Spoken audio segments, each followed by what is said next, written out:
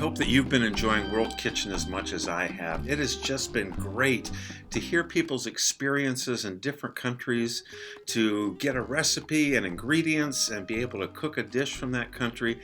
And then also, and maybe the most important part of it, is to learn about what the Presbyterian Church USA is doing in mission in those countries. We have had incredible responses from the different workers who are in those countries, and it's been wonderful. These recipes and ingredients are authentic, just like the stories and the work that we talk of. I hope you'll join us for the next episodes of The World Kitchen. Thank you.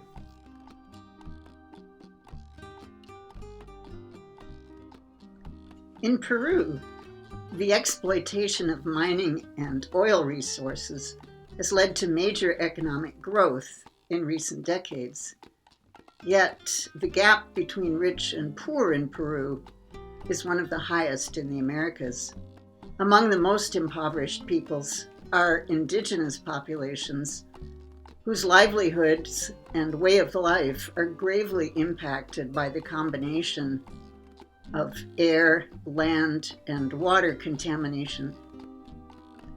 Furthermore, Peru is one of the most vulnerable countries in the world to climate change.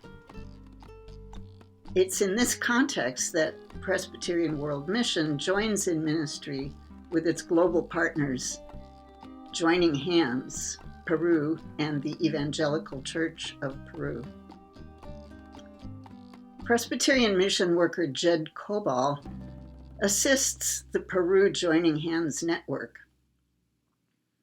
Joining Hands is an initiative of the Presbyterian Hunger Program that addresses root causes of hunger.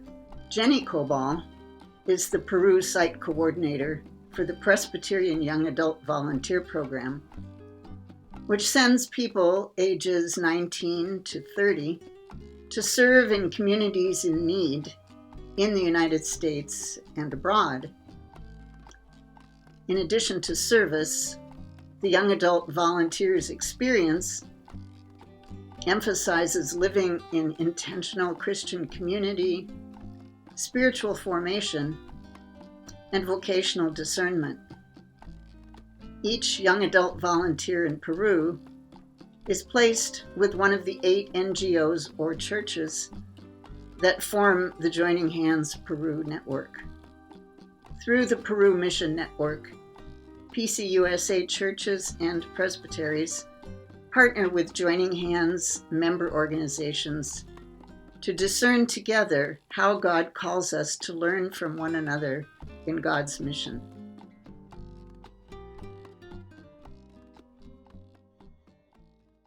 My name's Steve Kinyon. I'm going to tell you a bit about our personal experience in Peru, and after that, my wife Catherine will give a cooking demonstration for Causa Rellana. I've been interested in Peru for 10 or 12 years now. I go down to the Amazon side of the Andes to do a long-term study of the butterflies of this particular valley in conjunction with the Natural History Museum of Peru. Our trips take us to Cusco, and from there we take a van up and down the Andes until we get to the rainforest on the Amazon side. And we've been doing a taxonomy of the butterflies of that area. Peruvian cuisine reflects the varied history of the peoples of Peru, and that includes the Spanish colonizers, the indigenous Americans, as well as Africans, Japanese, and even Germans.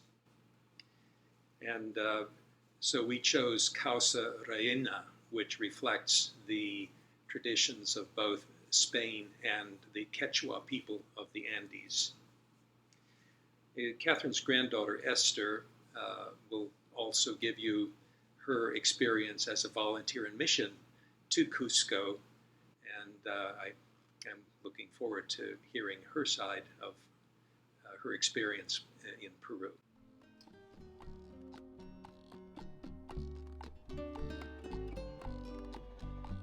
Hello, my name is Esther Pruitt, and I am Catherine and Steve Kinyons' granddaughter. I had the privilege of working and learning in Peru during the summer of 2018. I lived with a missionary family for 2 months. The purpose of our time in Peru was really to be learners. So neither one of us had any missions experience. We'd both been outside of the country before and knew the value of cross-cultural experiences and how much they can shape and train you. But we had never really served with a church to kind of be infused in a community and be sharing the gospel. So that was really exciting for us. And when we first arrived, we kind of expected to be predominantly paired with MTW's work. MTW has a clinic in Cusco, and they also have an orphanage for toddlers in Cusco. And we kind of expected that most of our time would be spent in the orphanage, which is called the Josephine House. And while we did spend a good amount of time there, what ended up happening was when we got into the community, our missionaries told us about this new ministry that was in the same neighborhood that was a safe house for girls who had experienced sex trafficking, and the girls were ages 4 to 16. And the missionaries we were with had a hard time whenever they brought in interns for the summer. They'd had a hard time getting actually girls to come. So they had this ministry on their heart for a while, but they didn't have the right people to kind of plug in with that ministry, just because they wanted to be careful and acknowledging kind of the fears that girls might have towards men coming in and working at the site. So they saw it as a great opportunity that me and Zoe, my friend, were kind of like right around the right age to be trusting and trustworthy, and to be soft when we went to that site. So Zoe and I would spend Monday through Thursday working at the Safe House, which was called the Seeds. And the Safe House was actually run by a Brazilian family. Their church had funded that ministry. And so there was a lot of great culture to be able to interact with there, where the people supervising us were Brazilian who were trying to navigate the culture of Peru. And so they had a lot of great insights for us as we were also trying to navigate a new culture. And luckily, the Brazilian family who ran this ministry, they had a son who spoke Portuguese, Spanish, and English. So we had a translator the whole time, even though we were still trying with Spanish. That was really helpful to have a translator when we were engaging in deeper and more sensitive conversations, and also as we were giving our testimonies to the girls. So that was, our weeks ended up looking like Monday through Thursday working at the Safe House, and then Fridays working at the Josephine House. Yeah. And I think one of the things that stands out about my time in the Safe House is realizing that different cultural perspectives really translate to your personal understanding of God. So at Covenant College, we talk a lot about cultural understandings of time and of control and of justice. But it was really great to be able to have tangible experiences of how people view that differently. So Zoe and I, coming from an individualist culture, we understood situations that we were in as something that we still had a little bit of control over, and that we could navigate and maybe even get out of, or kind of practice self-advocacy in a pretty direct way. But for the girls we were interacting with in the Safe House, they had this external locus of control. That's kind of the term we use when we're talking about culture. Internal, meaning you can kind of change your circumstances, and external, meaning that someone else, the Lord, is, if you're a believer, the Lord is kind of deeming those circumstances, and that your posture is very much dependent on what He calls on in your life. So when we were talking about their situations, they had a lot of questions for us about God's goodness and how God could be just if the situations that were happening to them or had happened to them could really be something He had allowed.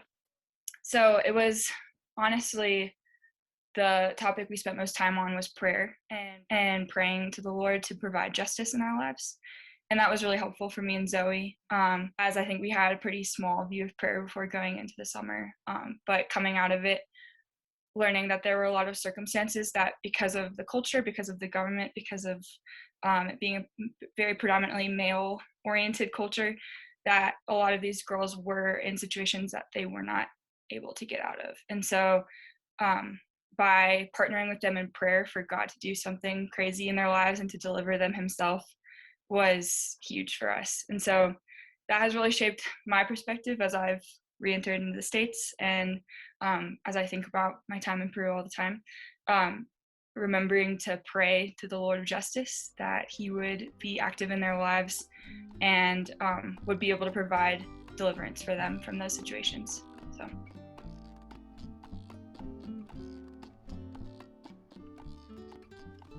Today we're going to show you how to make a Peruvian dish called Causa Rellana, which basically means stuffed potatoes. And you can see there that you've got several layers, potato on the top and on the bottom, and then a mixture of tuna and mayonnaise and some other things that Catherine will talk to you about. Today we're going to make rellena.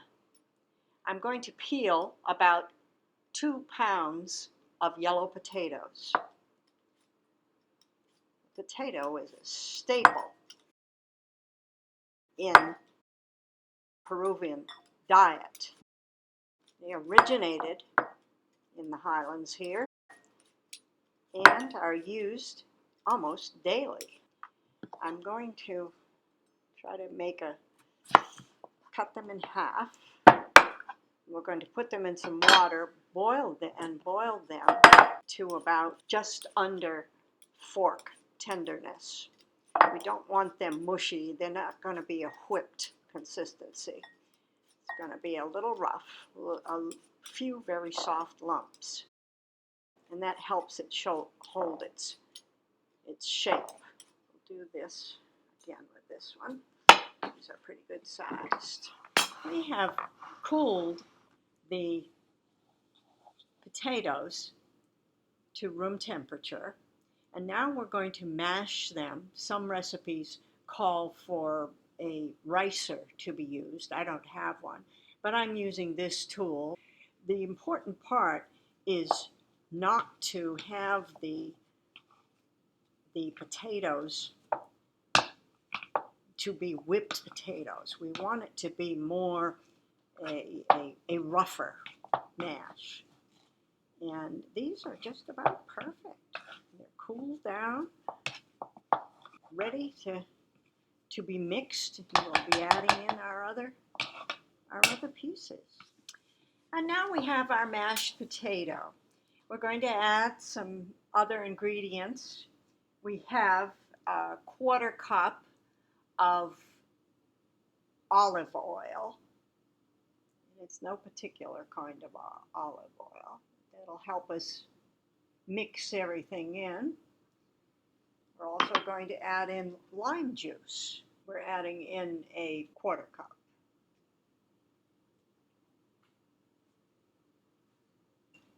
And a very common paste is the paste called ají amarillo. This happens to be a yellow, in English it says yellow hot pepper light paste, and we're adding 1 tablespoon. The tablespoon, it's suggested maybe 1 to 2 tablespoons, but 1 I find is enough for me. It gives it that yellow color.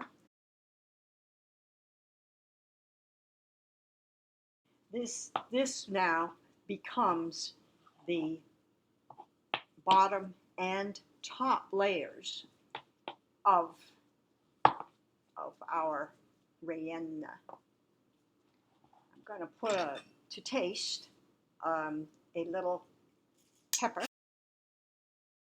and again to taste just a little bit of salt. And there we go, all mixed together, all ready. One of our interior layers for the rellena is tuna fish, a tuna fish base, and you may realize that Peru is on the Pacific Ocean, and they eat a lot of fish. You can also make a rellena with chicken instead of tuna. And we're going to add in, let's see, first we'll put in 3 tablespoons of mayonnaise. The tuna I've used today is from the packaged tuna. We will also add to that some cilantro, Italian parsley, or parsley. This is parsley that we have today, finely cut.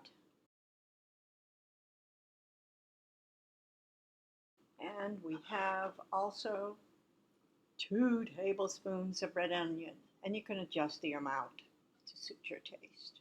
Last but not least, a teaspoon of lime juice.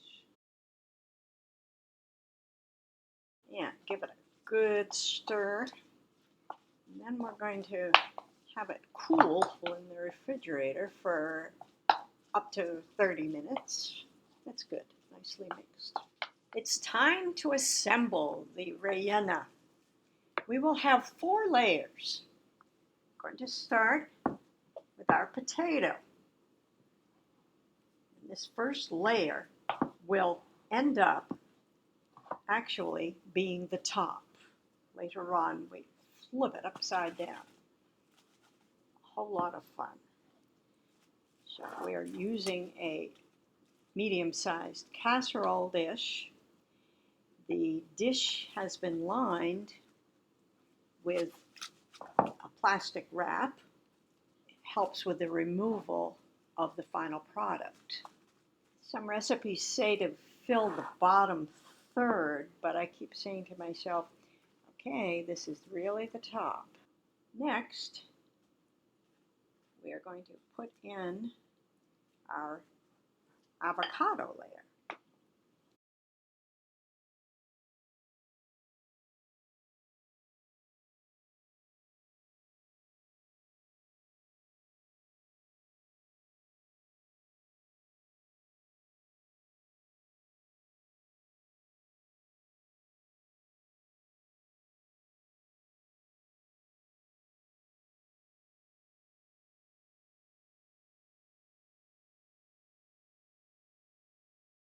Now we come to the tuna layer.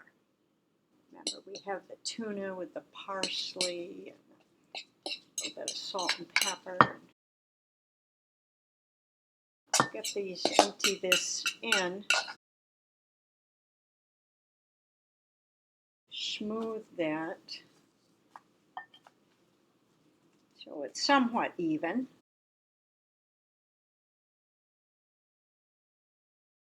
This was about 3 packages of tuna. And back to what will be the bottom. And we'll see how much we need to make a good base. The Amarilla paste really added color to the already yellow potatoes.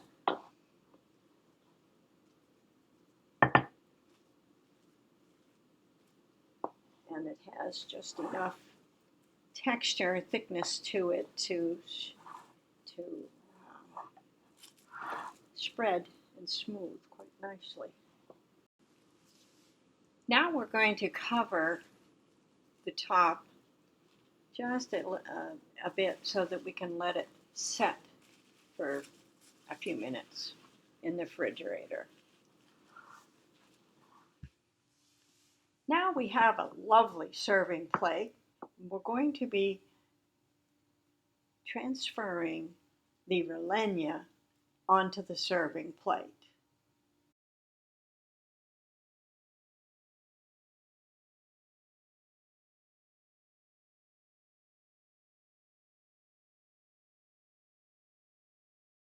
Okay, now we're not quite centered, but that's gonna work. That's lovely, lovely. Now we want some decorations on top, our garnishes.